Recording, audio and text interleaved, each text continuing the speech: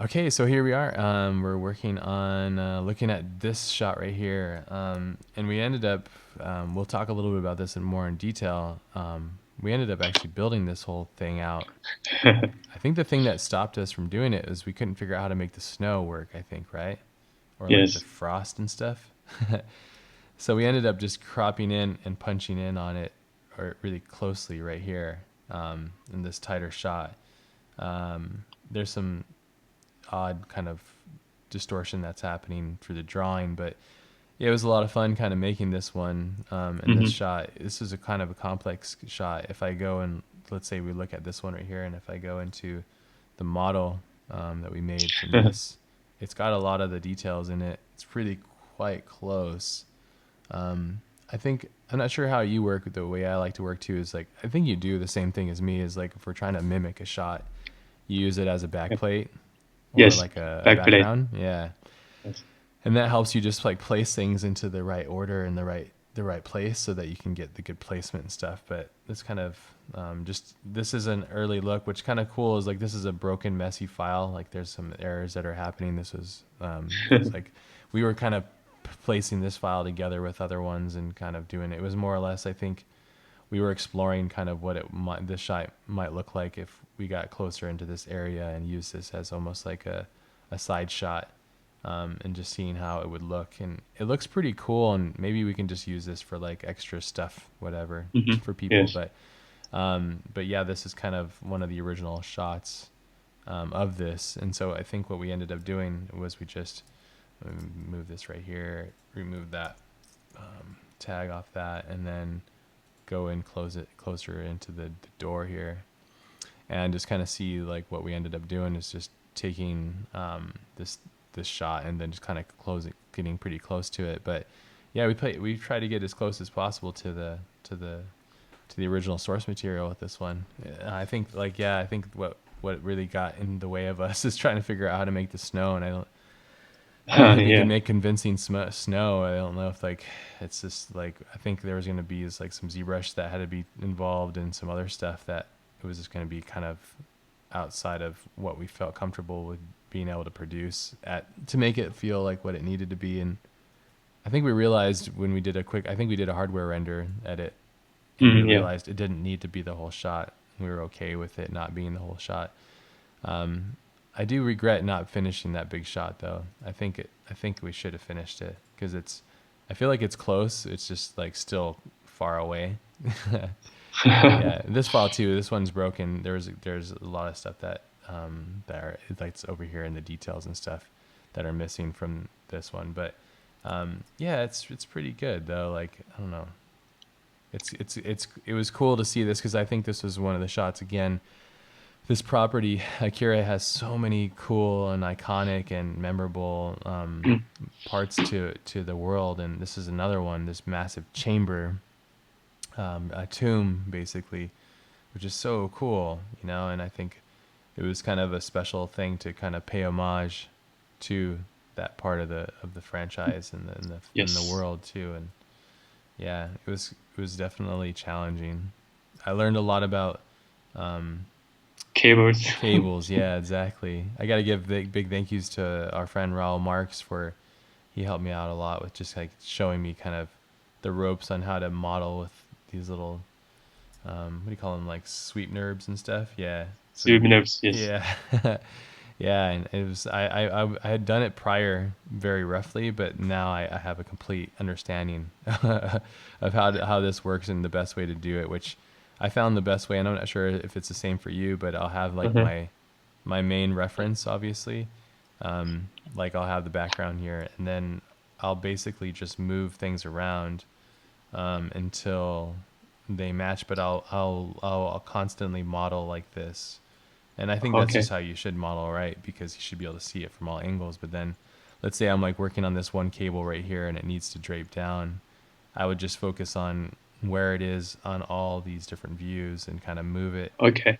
by axes and stuff, and like set a curve to it and adjust it until it matched as closely as possible Hmm. to this one right here. So yeah. That's nice way of doing it. Yeah, you don't do it like that, you just do it from here. Yeah. I just do from one perspective, like the camera perspective, and once I draw the curve, and I will move the camera around and see whether it's right. Oh, yeah. So there you go. Yeah, and the way you do that is you just like I am to do all full screen of all this is just Control Tab. And I think I know you know that one, but like if you hit middle mouse button over whatever one, you can just get them all, which is really cool. But it's something that I learned just from modeling. Is just like so I can see all the spaces basically, so they all align. But yeah, this one was a difficult shot that we worked on, and we eventually pulled off, and we decided to keep it closer. And I think it also kind of worked because of the shots that are in connection to this shot and the rest of the edit too, which is this is kind of Yes. a tight shot, but the other ones get tighter and it kind of opens up, so kind of works. Yeah, I kind of like it. So, but yeah, Yeah, I love the original wider one. yeah, It is much. same. Maybe we'll have to finish this sometime because I think we're Mhm. pretty close. I think if we add some atmosphere and maybe I can do some ZBrush stuff to add in some of that kind of snow and stuff. Maybe we could cheat it a little bit, and cut it in there. I don't know. We're so close. We're so close. But yeah, but but yeah, we figured it would be good for you guys to see kind of a little bit of that, and then also here's a little look into Fusion. Here's my Akira file, which has like a bunch of random stuff, things that you probably will never see, which is like parts of Kaneda's bike that we ended up doing, and we built like these computers and all kinds of stuff. Yeah, like that file was crazy. The computer file was pretty crazy, but Yes. and this is kind of the beginning of my modeling. Yeah, here's the computers. Yeah, that was a lot of work. That's good. That's great model you did, but we didn't use them. Yeah, Ah man. we threw that shot away, just just like many of them.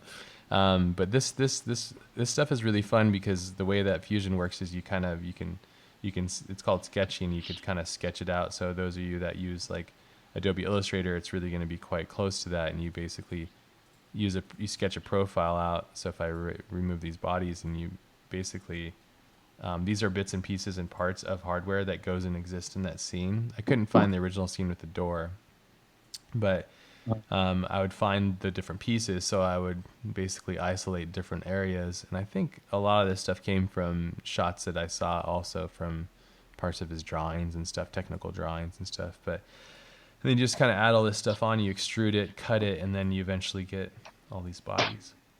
Mhm. And then just exporting this via, I think it's like moments of inspiration. You can export I think this is like, I forget what these files are called, but there's some kind of crazy CAD file that you then have to turn into a polygon model. So there's a whole pipeline with it too. So it's quite cumbersome, but this program is so easy and fun to use that it's kind of like I love using it and making things in it. So it's kind of, yeah, it's just a part of it. You can see like how I would model like the sketches with these too. Like they'd be all profiles that I would eventually cut out and then extrude, and then Oh, yeah, that's nice. it's pretty interesting, huh? The way it Mhm. works. It's not like with poly modeling, it's different. You got to think about edge flow and all these other things, but Yes, this is different. Different thinking. totally different thinking. Yeah, different way of modeling. Yeah, and I really enjoy it. And there's a whole way to achieve like really great results from it. It's just a matter of how you approach it. Really, at the end of the day, it's all about your approach. But yeah, there's this scene was should probably not go too far away from that one shot. But this scene was I was think it was one of the espers, her scene in the like the playground chamber where they lived, and they had these computers around it, and we thought it'd be cool to have that scene in there. But yeah, we ended up not using it. I don't know why we didn't. I think it just didn't make the edit, and I think we just kept cutting things out as we moved along, and things changed constantly as they're progressing. But yeah, that's kind of a good look at this, and we'll get into it with like the next following shots. There's some of these gets really crazy with especially like this door one that was Yeah, that was it's quite a quite model. complicated. Yeah, that was a fun one to make. But yeah, I think I really enjoy this program, and if you're interested in modeling and you have a hard time with like the edge flow and all that kind of stuff, I'd suggest checking this one out because I think it's if you're coming from like a designer side of things, like a Adobe Illustrator and vector based stuff, it'll make a lot of sense, and it'll transition a lot easier than rather than learning the minutia of poly modeling, which can be very daunting and challenging. But yeah. Mhm. But yeah, I think like this shot, I just figured we would show kind of where it came from and how often we would cut things out and get rid of them, and how close we try to pay homage to it, and the little pig nose door Mhm. and little things. Yeah, Yes. yeah. I mean, I made all this stuff in Fusion. I don't know where it is though. I can't find the original file. It must be just lost or something. But and then the splines and stuff we would create in Cinema. But yeah, it was a lot of fun, and the texturing turned out really nice too. And we did some trap code form, kind of dust, snow particles Mhm. falling and stuff Mhm. too. So it turned out really green. I mean, it's a quite green comparison. So Yeah. maybe we could turn it to blue again or something to match the other shots. So, but yeah, that kind of concludes my thoughts on this shot. I don't know if Yeah. there's anything else that you can think of, but yeah, it's kind of Yeah. general. I think it's just that's all. Yeah. Basically, the texture is quite simple. In it's quite simple in this one, so I'm not much to talk about. Yeah, simple as in like it's simple. Oh man, I used a different method to do it, so I never see just know the editor. Yeah, and then when you're like, oh yeah, it's done, and I go and you're like, hey, what? Yeah, it's funny. Nah, you can make it. You can clean it up a little bit if you just like. There's a little thing that I learned from Rafael Raul where you just like you right click on that area and you just Mhm. select hierarchy, and then it'll let you see kind of how it looks. So you can kind of see, and so the way that you make textures is different from me, but at the same time it's still kind of along the same. It's a lot of mixed materials, like you'd Yeah, it's combine layer two by layer. things, mix Yes, material, make more things, combine them, make another mixed material that's affected by yes, more mixed materials, and then you know, then it all yes. kind of comes together. It's a stacking hierarchy. Yeah, Uh-huh. but yeah, so it's not that complex, but it is complex. Mhm. But yeah, I think this shot was probably middle of the way to the production Mhm. too. We were working on this too. Mhm. Yeah, I think we should finish this at some point though. I think we Yeah, maybe we could make a poster or something. yeah, I think it deserves to be finished because it is it's so iconic, and we should probably finish this since it's already almost done. I feel like it's like 80% done. We just have to go and Mhm. finish the rest of it. Yeah, I worry that because it's like you can't go out of this frame because once you do, it falls apart because everything else is just kind of loosely there. But yeah, that's some movie magic, everybody. Movie magic. So awesome. Okay, well, I mean that concludes it for me on this one. So I'm good for this shot. You good? Yeah, good. Let's move to another slide. Yeah, let's move to the actual elevator doors because that's a really fun Yes. sequence.